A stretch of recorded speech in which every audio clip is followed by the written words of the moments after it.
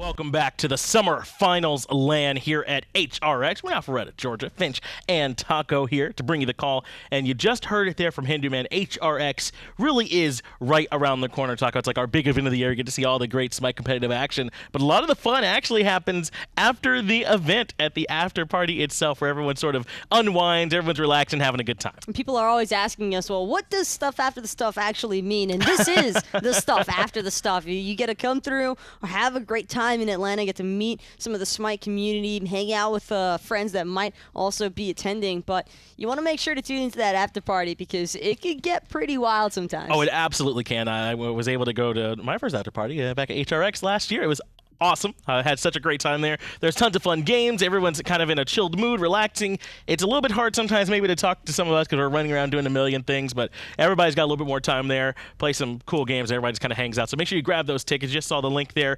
Get those tickets while they're on sale because they're not going to constantly be on sale. There's like these windows where you can get in and grab them, so make sure that you do.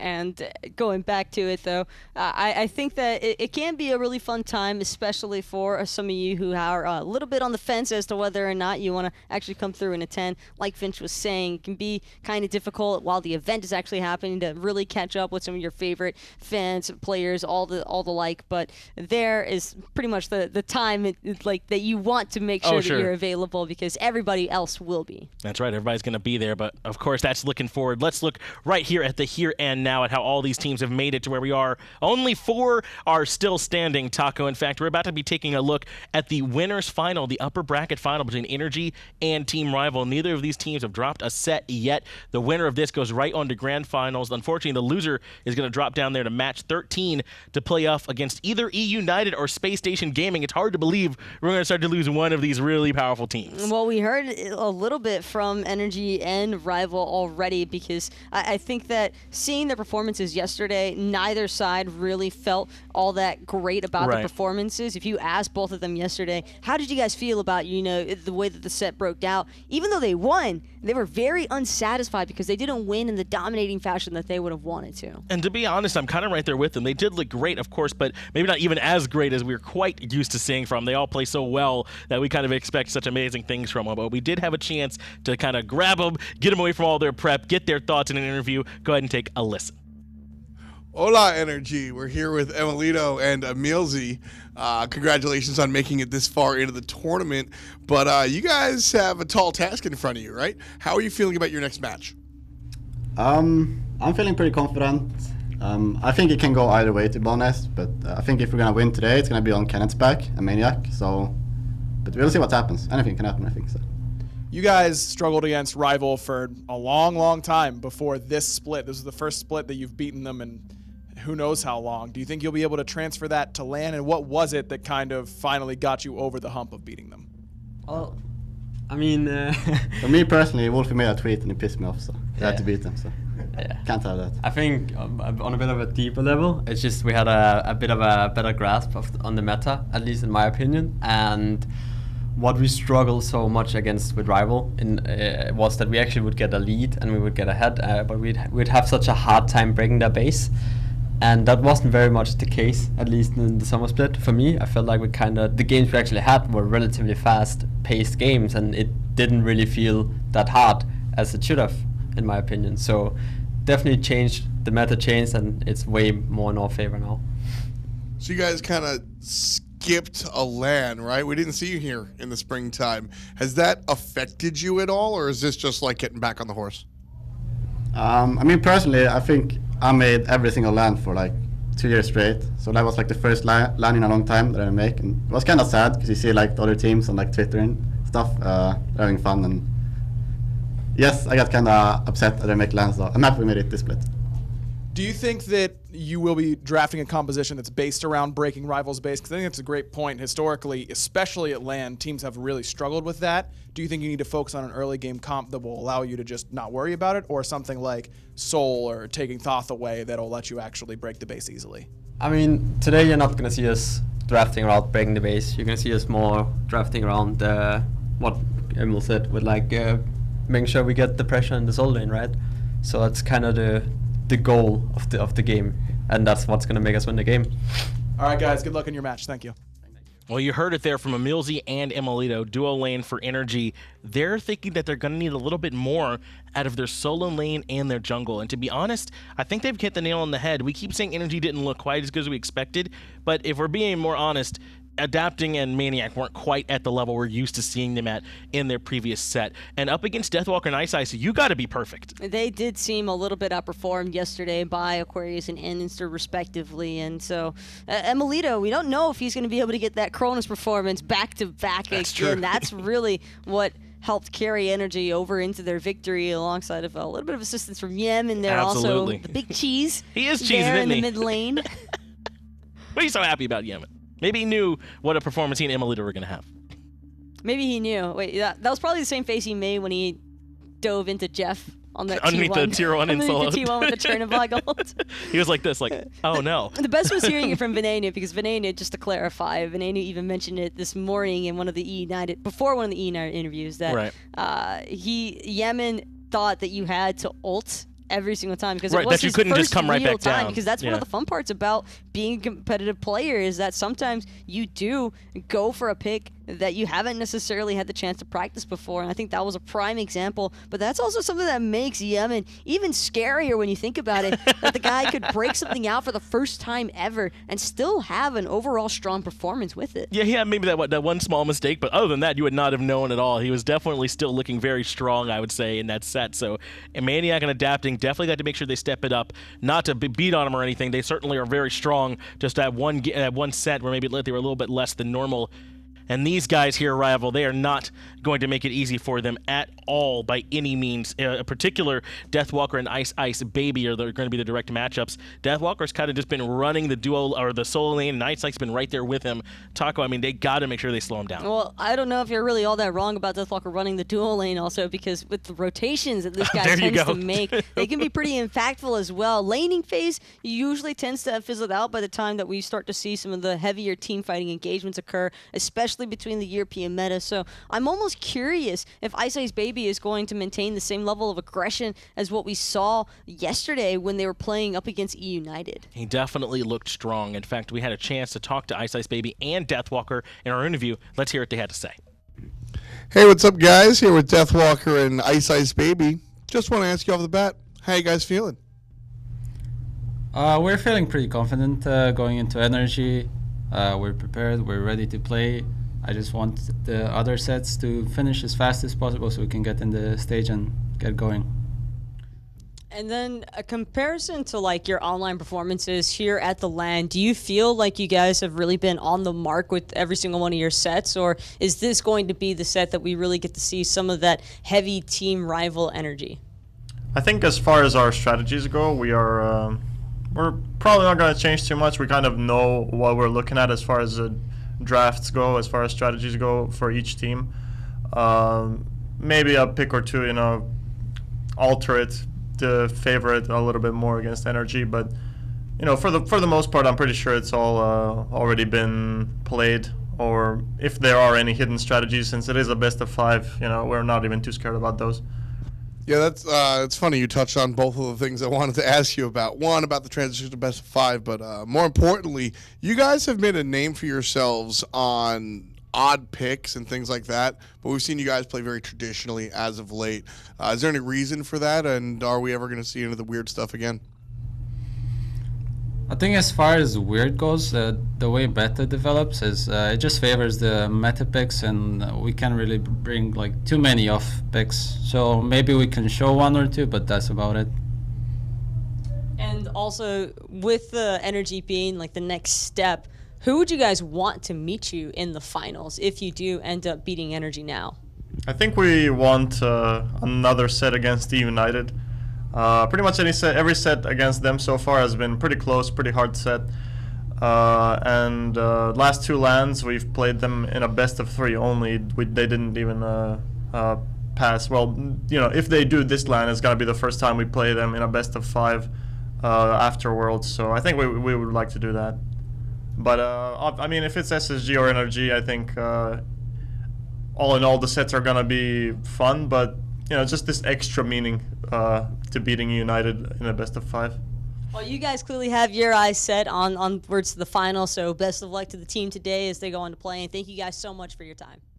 Sounds like the rival and E-United rivalry is certainly brewing there between these two squads after their World Championship clash, but that will be for another day. Today, rival are going to have to focus on their opponents across the way. That's going to be NRG here in this best of 5. I believe the first one we've seen all event long. Can these teams keep it going throughout this best of 5 format here? We haven't really had a chance to discuss this at all, Finch, but if you look at the past, history has a tendency to repeat itself, and so Rival at least have that in their favor because NRG, when it comes to Rival, cannot seem to surpass them. It's just tough, it feels like, for NRG in particular, and we've started to see that develop a little bit, haven't we? Certain, like, bounty matchups almost where, like, Obey steps up against NRG but can struggle up against anyone else. There's certain teams, it feels like, when they match up, it just kind of goes one team's way, and this could potentially be one of those ones. Can NRG here in this LAN environment topple Rival, or Rival going to be able to pull away with it ahead to yet another grand final? And we're saying all these things, but you always have to keep in mind the fact that NRG are a very resilient team, and they do not they hate taking consecutive losses to the same teams, especially Rival, because it's just something about the way that they can really clash as individuals, and it's always such a hilarious sight, but a lot of respect, obviously, between these two teams. They definitely have very distinct understandings of each other, and I think more importantly here, that could potentially even give a ton of motivation towards NRG to maybe even throw them above their level of competition here. NRG have to make sure they're playing this one top notch. We already highlighted it. A lot of pressure going to be on maniaKK, in particular in the laning phase for him up against Deathwalker. He can't afford to come out of that lane 2 levels behind or giving Deathwalker a lead relative to the rest of the map. He has to make sure he's still relevant with him. Unfortunately, we saw him struggling with that eventually. He's obviously still very good, you know, in those late game team fights, but he needs to make sure he's competitive with Deathwalker in lane and doesn't let him sort of get bullied out. And it's not always an easy thing to keep track of. Specifically, take a look at the bans that Rival are taking note of. And normally you would assume that these are shots at emilitoo, but they're anything but that. It's all towards Yammyn because those are the 2 Hunter picks that we saw NRG really trying to make work with the double Hunter compositions. Yeah, to the point where they ban it over the Chronos. They're willing to let Yammyn, or rather emilitoo, go to that pick if he wants to and ban away the Artemis Chernobog. And I think they're right. Yammyn is such a rock for this team in that middle lane, and that's why the Thoth pick is coming out for him right away. It is going to be him piloting the mage, very likely this time on the Thoth pick. So we'll see if he can have a big game. Thoth oftentimes gets banned out, but it looks like it was Serket that was banned here when sometimes she's not. She's certainly still a strong, high-priority pick, nothing wrong with that, but Thoth makes it through the cracks. Feel as though the Thoth pick also influenced because NRG took note of the first couple of bans that Rival were making shots towards, so wanting to prevent a situation where maybe Yammyn gets a little choked out of some of the more priority picks, because I could definitely see Rival opting for a Thoth for Wlfy. Janus is still open, too, and that's another interesting pick that I'm not completely certain whether or not Rival are going to prioritize it in their top 3 selection, but I would imagine, knowing that NRG have their mid laner secured, Rival probably want to go ahead and confirm their own mid, otherwise they could potentially face losing some of the priority picks. I am a little bit surprised, though, Taka, that the Susano is coming out so early on, and not to say that iceice's not proficient on it. He plays the Susano often, and he plays it well, but was this one really going to get taken away or banned from them? I mean, why grab it here in that first pick phase? Got to keep in mind that these two teams probably scrim each other a fairly decent amount, and because of that, they know what the other likes. We see Serket and Athena being 2 top-tier bans. They don't want to let Collis have the Athena. They don't want to let iceice have the Serket. So you never know if Susano might have been just another one of those picks that iceice likes to have into NRG. Just wants to make sure that this is a pick he'll have. Potentially it is highly valuable between these 2 squads, and Chulainn certainly going to be able to work with him to control the fight between their pulls, potential knockups. They'll have plenty of control at their disposal, but will it be enough control to slow down this Achilles, Taco? We haven't actually seen very much of this guy picked or banned so far throughout this event. Been a bit curious, but he's still very strong in lane, still has the execute, and still does a ton of damage. All NRG wanted to do was solidify their damage in the upper half of their composition, and they've done a great job at that. They have a pretty nice damage distribution also when you take note, because Jing, she'll have not really too much early game presence, but definitely the mid to late. Same for the Thoth, a little bit more mid to late on that. Evade and punish can be nice for some early invade setup though. Right. I like this Achilles, because if it is Achilles for the solo lane, then you are going to have at least one strong side lane to play off of and play around, and knowing how much time Adapting has spent over there helping out maniaKK and stuff, That's a good point. I wouldn't be too surprised to see some of the aggression taking place there. Yeah, it gives them like some very strong boxing potential if there is going to be a lot of fighting over there in that solo lane. So I like that option for them as the Janus comes through for Rival. Very likely that's going to be going over to Wlfy almost certainly, and there's a strong pick for him. You highlighted earlier on that this one hadn't been picked or banned yet as they turn their eye towards the Athena, the Chronobox, the Artemis. So Rival can be able to grab it, add some mobility to the comp that they already have with some nice control on it. Looks like NRG recognized that. They're banning away the Ares. They don't want to let Collis get even more of that control. Ares would also be just so strong against Achilles, Jing and Thoth. You don't want to have their escape ability limited by something like a cripple chains. Also just the fact that Collis will force your beads, and that is the last thing on earth that you would ever want to see happen if you are playing Thoth in the mid lane. No, you really don't want to have to worry about it. Like 3.5 minutes into your game, suddenly Collis is here and missing no chains, landing every single one of them. So you just don't want to have to deal with it. They banned that one away along with the Ra. A little bit of an eye towards Vote. You can see him right there on your screen. Just had one of his hunters banned away. But Rival turned their eye towards the jungle. They're banning away this Naja, so perhaps they're not sold that this is going to be Achilles in the jungle. They feel like this is going to be Achilles solo, pretty likely. We haven't really seen any Adapting Achilles play, if at all, and I think that is one of the primary reasons why most people, myself included, would expect this Achilles to be for maniaKK. We did see quite a lot of Achilles for maniaKK throughout the online portion of the split, and knowing that Achilles has some bully potential, that's exactly what you would want if you're trying to focus out solo. So that must mean then that we're seeing the Amaterasu support at this point. We already have the Chulainn solo, Susano very likely going over to the jungle role then. That must be what we're seeing here at this point, Taco, and the response from NRG almost right away is the Dodgy. So then that should slide Achilles over to the solo lane, give Dodgy over to Adapt and give him a nice carry pick that very similarly to the Ares can burn beads pretty easily. I almost feel like this Dodgy pick is specifically for trying to track down Wlfy, hoping that he's not going to be able to get it through space and time off. If you can catch him or force that ultimate, more importantly, then you'll have the Dodgy to be able to try and follow over the wall and that trickster spirit.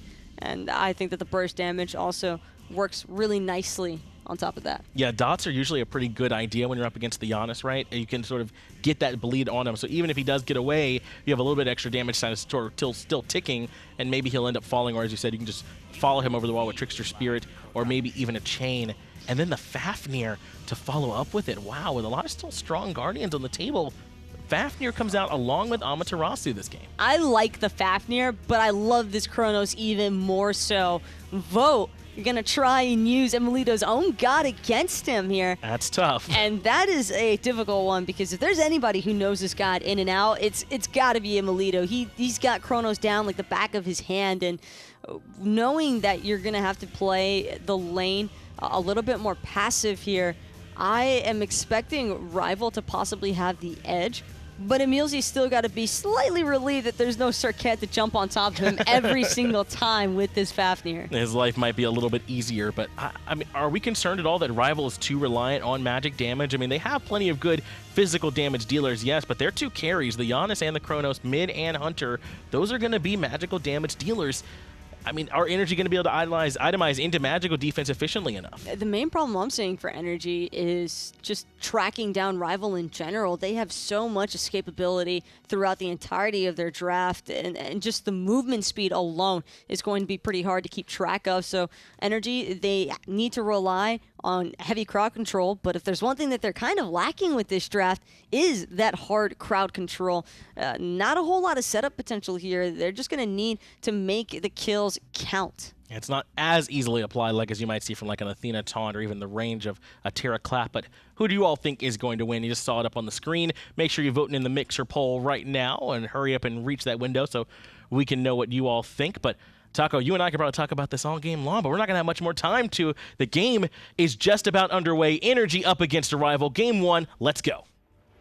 Thank you very much, and right away we have a fight. No introductions, no hesitation. Deathwalker looking for that devastation. EmilZy gonna walk away. The left lane, his destination. Ooh, way to start off a best of 5 there, Tom. It's all about the presentation. Tom Badger and Ryan Bailey on the call here. NRG versus team rival, the Titans of Europe. Sorry, Ataraxia. NRG and Rival have really made a name for themselves over the past, I don't know, 5 years. And well, it might not all come down to this one. This is certainly one that the guys on the teams are ready to battle about. These teams understand that, yes, there's a loser's bracket waiting for them should they lose in this best of 5, but do you really want to have to win 2 best of 5s in order to win a championship on Sunday? I mean, last week we had the console kids here, and Astral Authority went down to the lower bracket and did wind up winning, but it took them 8 hours. And talking to Bobby and the rest of the guys, they were like, look, we are happy that we won, but boy, was that a grueling experience. So the bracket reset here, just to reiterate, this is the best of 5, but the grand finals, should you come from the lower bracket, you have to win the best of 5 and then do what they call a bracket reset, which means there's another best of 5. If you come up from the winner's bracket, there's a gift. You only got to win once because you haven't lost yet. So both of these teams, I think it's a really big deal to win here, Ryan. Surprised that this meta for Europe, I mean, I guess I shouldn't be. Hold that thought. Deathwalker pops the sprint. maniaKK is in some degree of trouble, but this isn't Chulainn from a year ago or so. You have to actually hit level 2 before you can use that dash and keep that pressure going. But what I was going to say was that kind of centered around that solo lane. NA is all about this Zhonghui, this, you know, Chang'e, the slower sort of team fight mages, some Aphrodite from that time to time during the regular season. Europe here at this LAN, this is just pressure. I mean, an early Chulainn pick, an early Achilles pick. Both of these teams really seem to value having that solo side pressure, and it's an interesting deviation from what we saw in North America, and I wonder whatever team North America has to go up against of these two, that when they drop to the lowers bracket, interested to see what their response will be to this sort of pressure idea. From what I've seen over the years, Ryan, is that there needs to be pressure somewhere, right? Last year, or I mean, last split, it was all about mid lane pressure. The Americans generally lost. The Americans lost, and the general feeling was because of Hunter's mid, even though that was the pressure there, that wasn't the right spot for the pressure. Everybody that won had pressure somewhere. Nowadays, it seems to be all about the short side. You have to have this push, like you said, despite how the regular season went. Yeah, I really don't feel like you need to have absolute pressure on the right-hand side from your solo laner alone, but you need to not be able to, you can't give up your entire right side jungle. And that's been historically true no matter what the meta is. You can't give up your entire left side jungle, and you can't give up your entire right side jungle. And I think teams haven't really figured out, if they want to go low pressure against high pressure, that's the best of the best, how to ensure that they don't lose their entire right jungle. And I wonder if that's what NA's challenge will be, to try and figure that out, or if they'll just try and match that level of pressure and go with the same sort of picks that we're seeing here today. I think either one could be viable. It just comes down to the execution, especially whenever the duo lane doesn't have pressure. How can you put pressure onto them and invade their buffs on that left-hand side? Like you said, maybe you don't have that push power on the right, but you need to be getting it on the left or in mid or trading it out somewhere alongside the map. Yeah, it's got to be somewhere, because all in all, I said this before Season 5 even launched, and I'm still sticking to my guns. It's a return to a jungler-driven league. The junglers are the ones in the driver's seat right now, and whether or not that tank is full is up to, one, the decision-making, and two, if there's some sort of invade potential. Whether that means you've got to pressure middle lane by going Agni or a Hunter, or a pressure side lane by grabbing the Chulainn. You've got to be able to leverage this jungle pressure, jungle prowess, I want to get away from that word pressure, somewhere. Because I maintain, it's all about the jungle, baby. It really is, and you heard EmilZy say it during their pregame interview. They really feel like they want to prioritize that solo side and get it going in Adapting's favor, but Kalas is the one who's under some pressure now on the left. emilitoo, very low though, Vote with a really nice time rift, and iceice is right around the corner. Yeah, he shows his face, goes in, gonna go underneath the tower. And he'll dash on out of there, not willing to just expend that ultimate just yet. Potions ticking up for emilitoo. Close though, and that Ama support, this really feels like Rival taking a page out of E United. I just see Ama support, and I think E United because PBM has played it so much, but Kalas as well.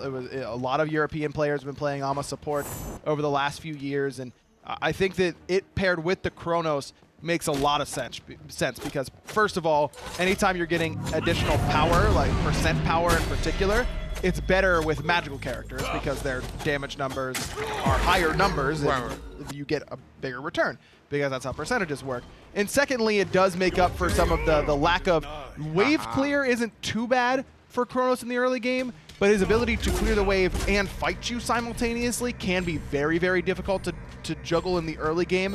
Ama can take care of whatever Chronos doesn't want to. She can be the one to poke you out. She can be the one to clear the wave if he wants to be the one to poke you out. You've got a lot of options with the Amaterasu support, and that's where it really gets its most value from its versatility.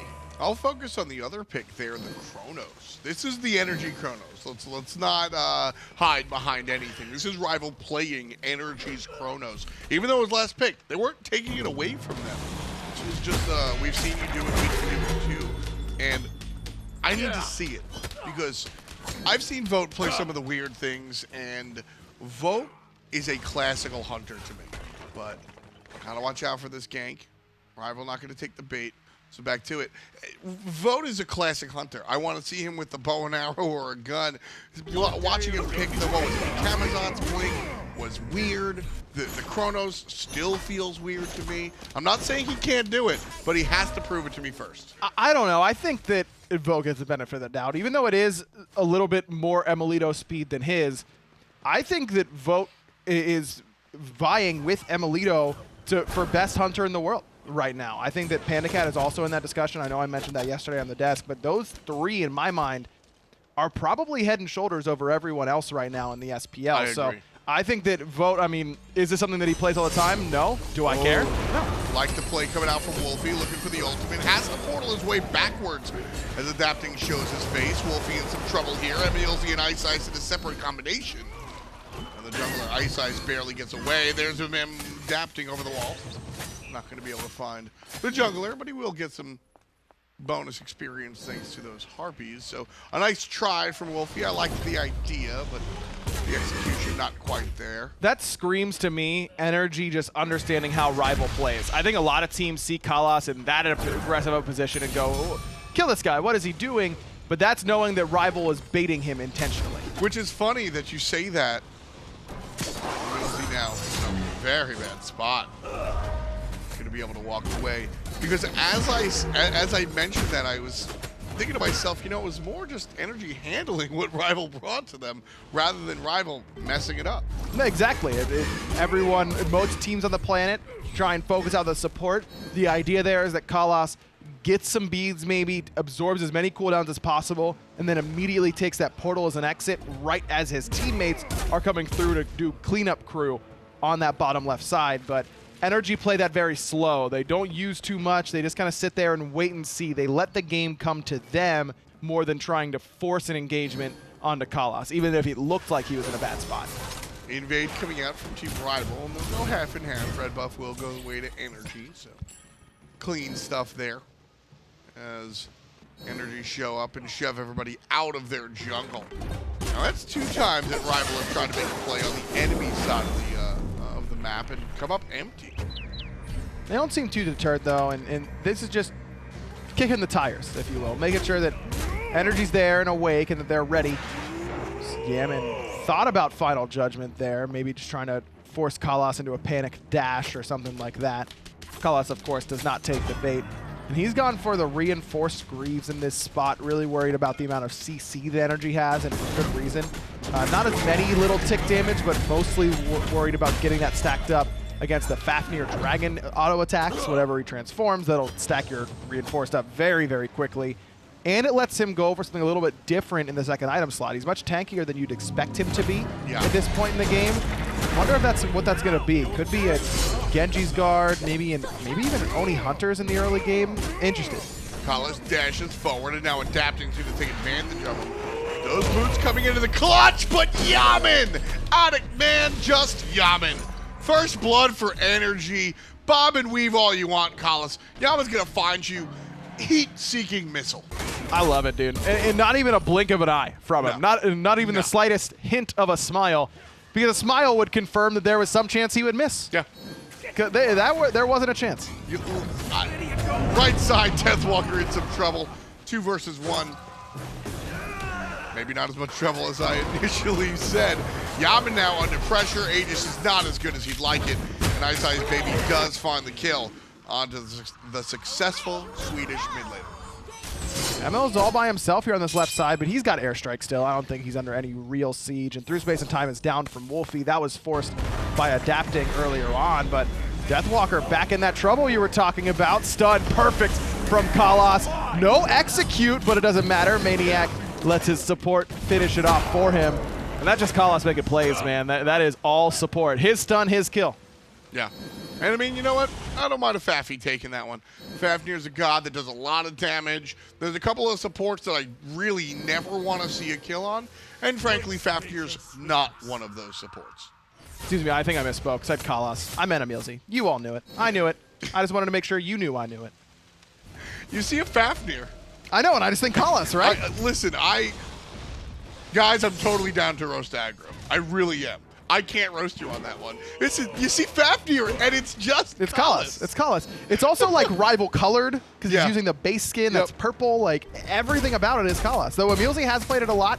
He picked it 2 games in their earlier set against North America. So apparently it's not just Kalas who's playing Fafnir these days. And it's interesting because no one was playing Fafnir coming into this tournament. No one was really playing it. And it's kind of come back out of nowhere, and it goes to show that there are just these ebbs and flows to the meta that are very natural to it. Doesn't have anything to do with buffs and nerfs half the time and what the rest of the cast is doing. Sure, it was getting picked alongside Soul and that kind of stuff, and you play it in that situation where it's definitely really good, and then you go, you know, this is pretty good even if we didn't have a Soul in this spot. This is pretty good even if we don't have that many auto attackers to worry about. Let's just make it work. Nice use of the ultimate to avoid the Janus portal.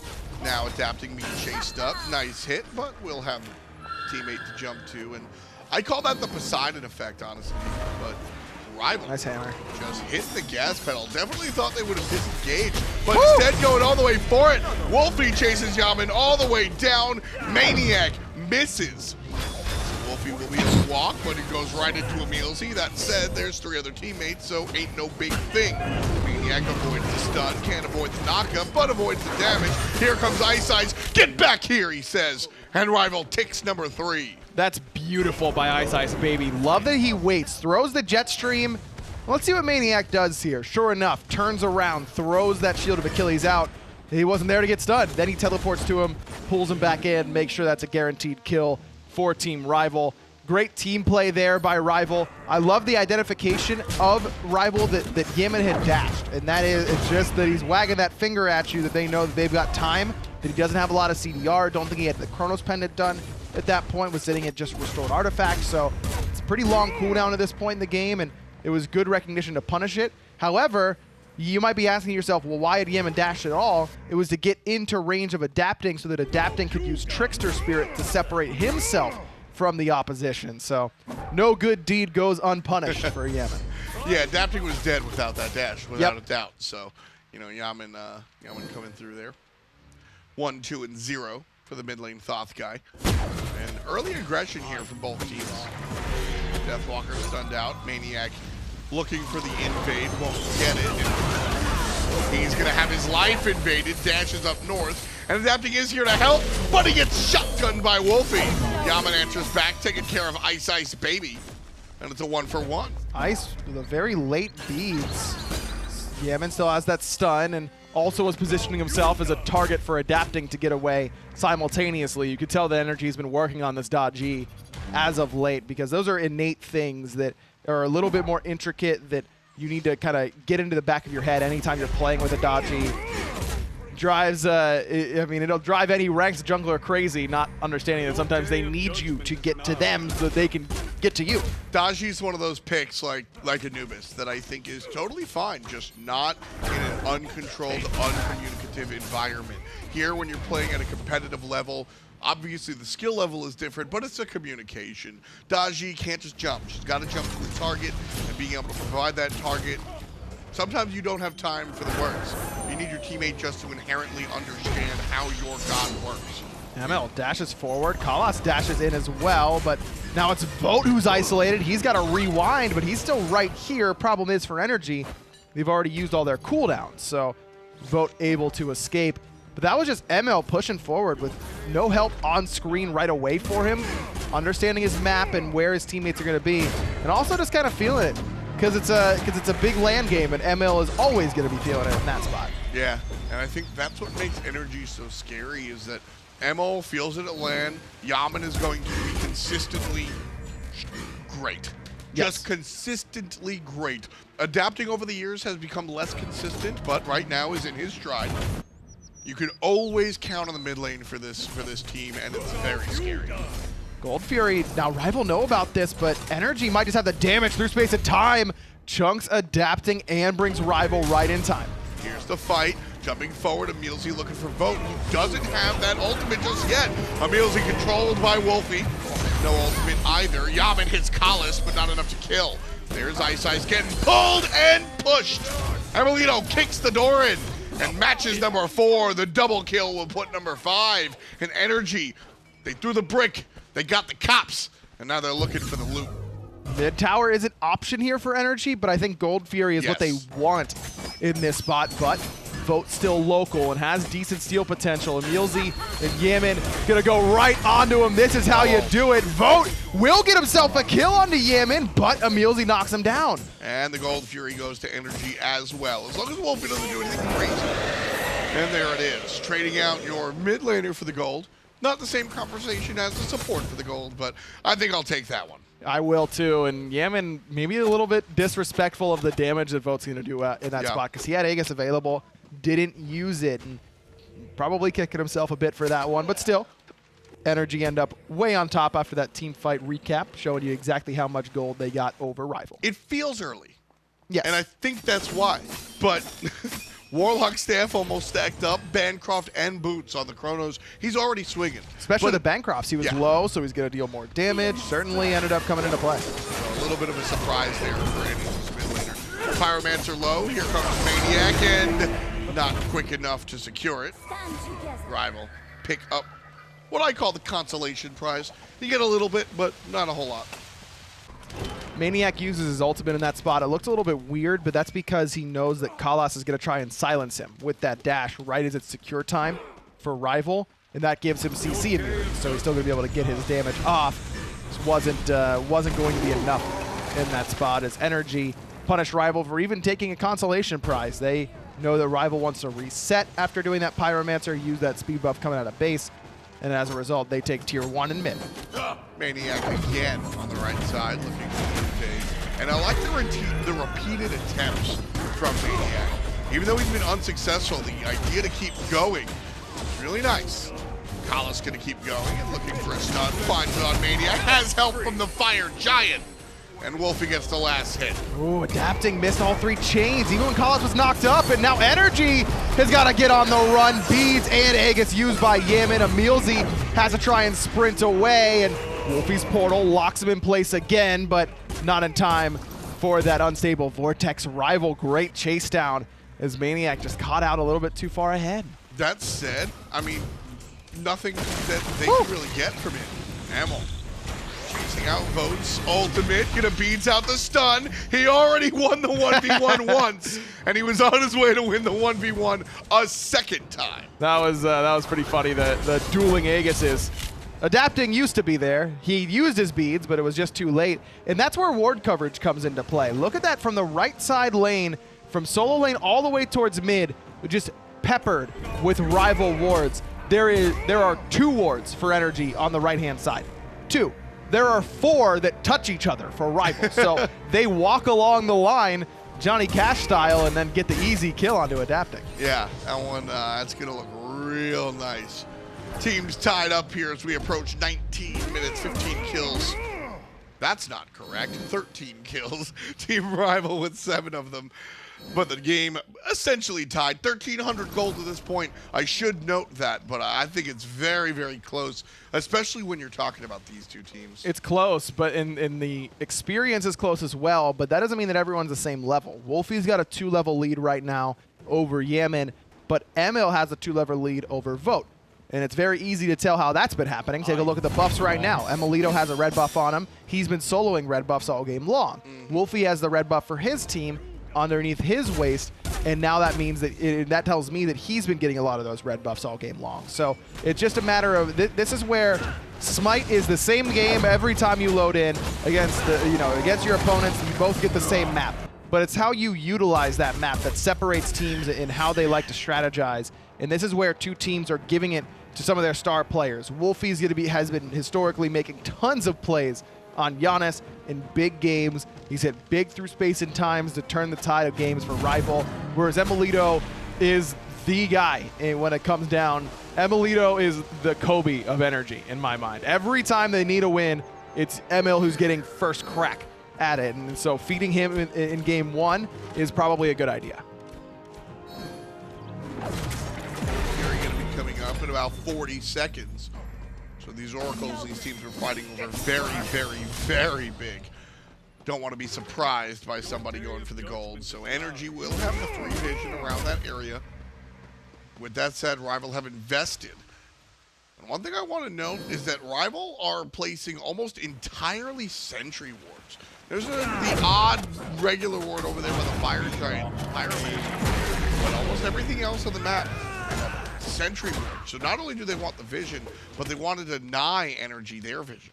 That's where that 1,300 gold comes into play, where it seems a little bit low, but usually the team that's in the lead is going to be getting those. But in this case, even though NRG does have that slight lead, they're trying to invest it into items. And where that does give you a power spike that the enemy team might not have, sometimes that also means that they will be spending money on wards that you are not. And that one I've always been a fan of right there. The old, yeah, you could try to take out our wards, but I'm setting the trap for you to hit you. Gold Fury, half HP already. Team Rival starting this one. emilitoo from the side. Could come through. Rival get the Gold Fury, but what about the fight after the fact? emilitoo trying to make it happen, but Adapting gets there first. Wlfy dies down. Chulainn is low, but it's all about Deathwalker. Big shots coming out from Yammyn. Thorns is good, but maniaKK just powering through. Deathwalker still trying to chase down emilitoo. He'll slam it down, and he'll get that kill, but Adapting still alive, very low on HP. Vote awfully healthy, and emilZy maybe still hunting here in the mid lane? Ah, man, he's got a wall to jump over. Very lucky about that jump, by the way. Vote, ultimate used. NRG have to be calling that one. Easy fight. Easy fight. Rival get the Gold Fury, but NRG have a big lead here. About 1,000 gold after the objective. Interesting next move. Interesting that Chulainn was sitting in damage stance that entire time, and that Gold Fury could have been quicker for Rival had he been in that damage stance instead of the movement speed one, but he's been sitting in white stance pretty much all game, at least during that little engagement he was, as Pyromancer does go down for NRG. That was that is when you hear players talking about rivaling an objective, by the way, that's exactly what that is, the textbook rivaling an objective, which is just, we're pretty sure we have this. That is the sentence that goes through my head, at least. Yeah. And you know what? To their credit, they get them more than they lose them, but they usually end up taking bad fights afterwards because they are committing so much to an objective We talk about it a lot. Objectives are how you win games, not kills. But if they lose objectives and kills, that's where Rival ends up falling behind very quickly. And I think that's why Rival, by nature, has a lot of really swingy games, because they are so willing to hard commit to objectives that other teams would not hard commit to. And it means they turn games around that they have no business being in. And it means that they lose leads they probably shouldn't be messing with either. Luckily for them and their fans, when they lose those leads, they are able to fight back into it. That's been a big story this LAN. We've seen that happen quite a few times already in just a few games played here in our summer finals. And if you're just joining us, we've been watching a ton of best of threes. This, however, will be a best of 5 as we get into the later stages of our tournament here. Kala still just using that extra mobility that Amaterasu provides, and he's not particularly tanky right now. Genji's guard gives him a lot of CDR and a lot of mana regen. Probably a primary reason he goes for Genji's because of that mana regen. He wants to be spamming his abilities often, but he doesn't have that much health overall. A little bit rough there. Gonna have to watch out for that. Gonna have to watch out for adapting on the backside. Yammyn doing it right up front. And taking one down. The 5-on-4 is something Rival are not that interested in. So they will back off just a little bit. emilitoo almost finished with his build at this point. Pretty much, very close. Just need the Titans being there to finish it off. But that was all started off by maniaK's blink. He got right on top.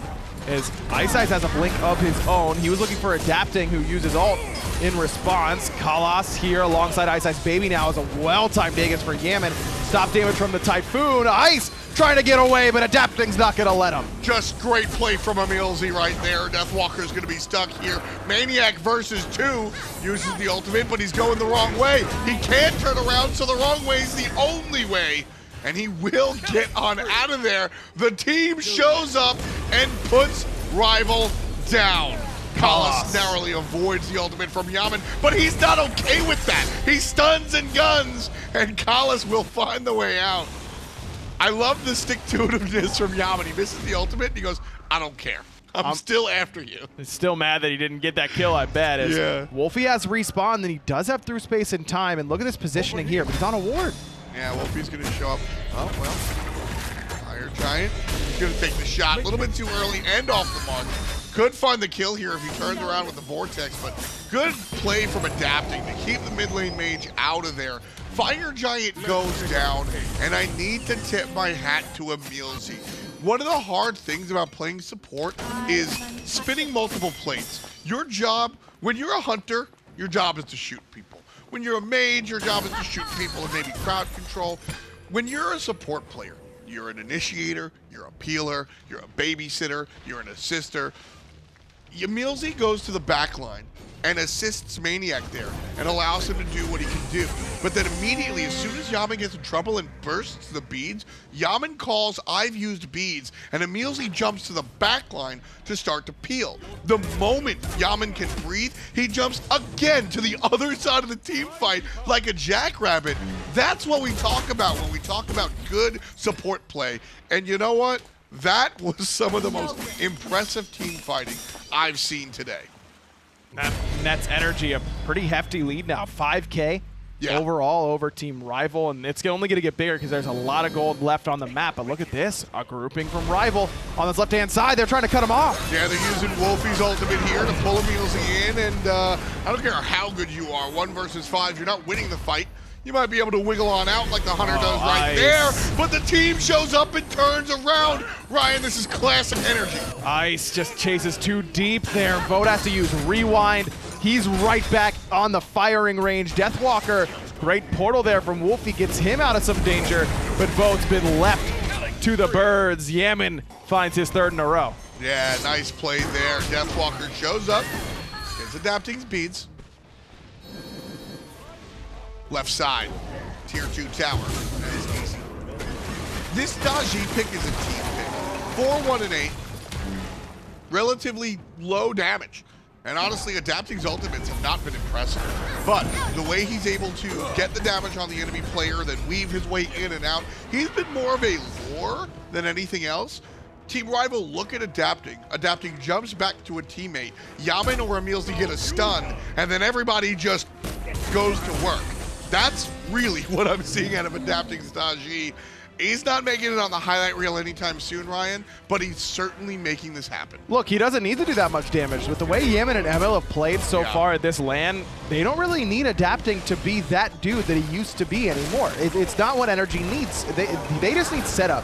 These two just need someone to take some pressure off of them, sure, to bait people in. And you know what?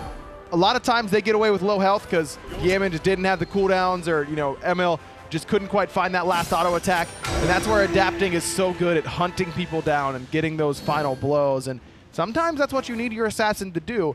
I think that we, and myself included, I might be the most guilty of this, of seeing a performance like this from adapting and going, yeah, I'm not that impressed because I know what he can do. But it's not what... expecting Season 2 adapting is unbelievably unrealistic. Because that is expecting Wilt to score 100 every game. That was the best Smite we will ever see anyone play ever again. And there is no doubt in my mind of that. And this is what adapting does. He's great at finding low health targets. He baits fights very well. Sometimes he gets too aggressive, but he's a very good team player with this squad. And he doesn't need to be doing top damage and getting 12 kills every game. He just doesn't. I think it's different in Season 5 here. Because, and I'm going to go out on a limb here. I'm not asking you to follow me. Adapting, Kenneth hasn't always had the mentality that he doesn't have to be #1. After Season 2, he's the Jordan, and he wants to be the Jordan. And I don't think he bought into, I don't think, if we saw Athena jungle coming from adapting, I would think he was account sharing. That's just not his style. And this Stajii is this facilitator. I don't think we see this Season 3. I don't even think we see this Season 4.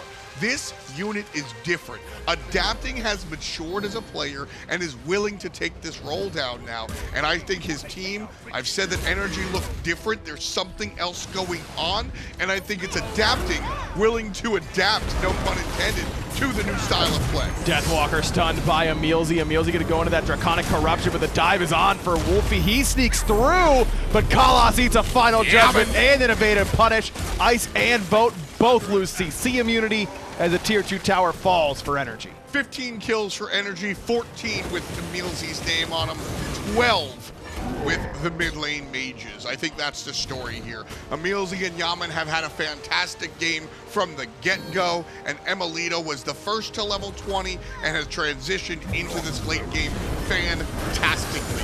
NRG took a little bit of a lead at about 24 minutes, and since then have not looked back. I want to go back to what we were talking about with adapting. I think that I agree with you largely, but the big thing is I don't think that he lost that almost obsessive desire to be the best, but I think that he just understood what being the best meant differently. I feel that. Well said. It wasn't going 30-0 and doing all the player damage and doing everything for your team. It's winning at any cost, and he's certainly doing that here today. Maturation player 1,000 out of Yammyn. Adapting being Dovan, as has been the motif this game. Nice defense from Rival. This could be a turnaround though. This could be a turnaround, and you see Rival walking into it. NRG are just gonna go right back onto it. Wlfy stunned as he comes through the wall. There's the pull coming out from the jungler. Yammyn gets one. Adapting gets one. maniaK's in trouble, and Ice will take down the mid lane mage. But that Ice, man. Ice, a big double for Rival. Emil's going to try and chase him down, but cooldowns are coming back. maniaKK, one health, but the stun from emilZy is better. Vote has to use the Aegis, and he's buying time. Great time rip there. Lifesteal doing some work, but maniaKK blinks forward, knocks him down. Kalos, the last one remaining. Do it. And that fight for Rival was close. So the idea there, the reason they chase is because they know they're never getting a better fight than that. And they're right. They are never getting a better fight than that. Wlfy just has to play more patient. I think he got caught up in it. Him being the first one through the wall and through that portal just made sure that team fight could never go Rival's way. So we've got soundproof booths here, but glass is translucent. And the players show up, they wave to their opponents. NRG, they trounced that game. It looks really good, and I think this NRG squad has really been revitalized. I mean, emilitoo, we were talking to him pregame, and he said that he really did not like missing last land. Yeah. Surprise. That's not some groundbreaking statement.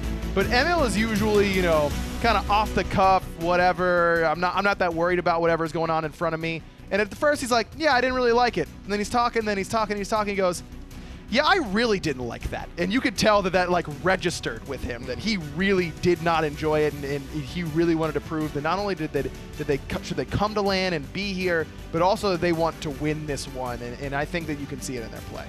Look, I know I have a tendency to romanticize things and get a little excited, but I'm not kidding. I saw it in his eyes. Yeah. In that interview room, I saw it in his eyes. Emil is not here to lose. And I think we've seen it in the gameplay through the regular season. I think we've seen it here at LAN. Emil, Yammyn, these NRG guys, this is a throwback. I said it in my video. It hurts to not see Raffer here with it, but this is a throwback to classic energy. And I think everybody has to be on alert. And when they're playing this well, you got to ask yourself, what can you do differently? And I think that Rival, their picks and bans seemed okay to me. I think that the Susano pick was good, but Rival's team play was a little bit lacking. And that's not often that I say that. I don't know if it was the Chronos and the dual lane. I thought Vote played okay. Sure. Rival just has a way of losing convincingly or winning convincingly, and they don't seem to get that distraught. I mean, even when we looked at the player cams right afterwards, they're kind of laughing and shaking it off. I think that we'll be fine. I think we'll see a different Rival in Game 2. 5 games. Best of 5. Players do have a long time to really figure that one out. You've got a short time to figure this one out. Who's MVP? And I'll tell you right now, the players are walking back to their booths across here, and NRG are really amped. Yammyn's waving to us. I mean, these guys are feeling like they're on cloud 9. This is a situation where if I'm Rival, I know they haven't shown it, I'd be afraid. Maybe. I mean, they've also beaten the crap out of NRG a lot over the years, and the only time they've lost was this split. And, you know, I think that they sat with that and were like, we want to prove it that it was just online. We still have their number at LAN. Either way, huge rivalry. NRG versus Rival. Game 1 of the books. Let's reflect. NRG looking strong there in Game 1. Thanks, Tom. Thanks, Aggro. Taco, let's talk a little bit about what just happened there. I mean, because NRG just looked really strong, a return to form. I have some questions about the Rival draft that they have, but let's start with some of what NRG did well. I mean, EmilZy looked great this time. So did Adapting. Who stood out?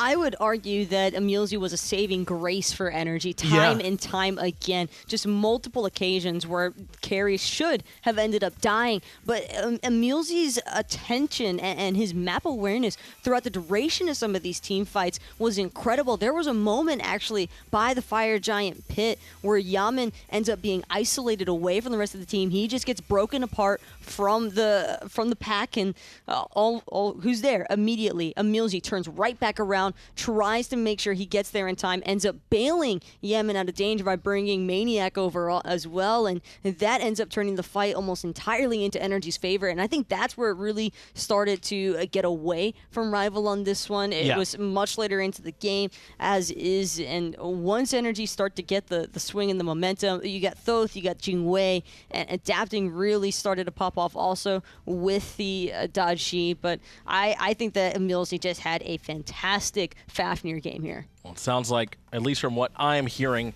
that Mixer Chat may have agreed with you. And Taco, I'm right there too. I mean, what a strong performance from this Fafnir in the support role from EmilZy. 2-0-17, a part of, I think, all but 1 kill from NRG in all honesty. And look at this. He's in solo lane over here, helping to make this impact and find the kill with this Draconic Corruption. He was all over the map. He was doing a great job of kind of leading on the battlefield, deciding where everyone should end up going. You can see EmilZy facilitating here on this play that emilitoo is the one that finds the kill. I mean, just an excellent job from EmilZy here. Spacestation might have been onto something by taking down EmilZy's number in that set yesterday, because keeping him suppressed made NRG look a little bit more shaky, and I'm not sure if that's the direction that Rival really want to be headed in.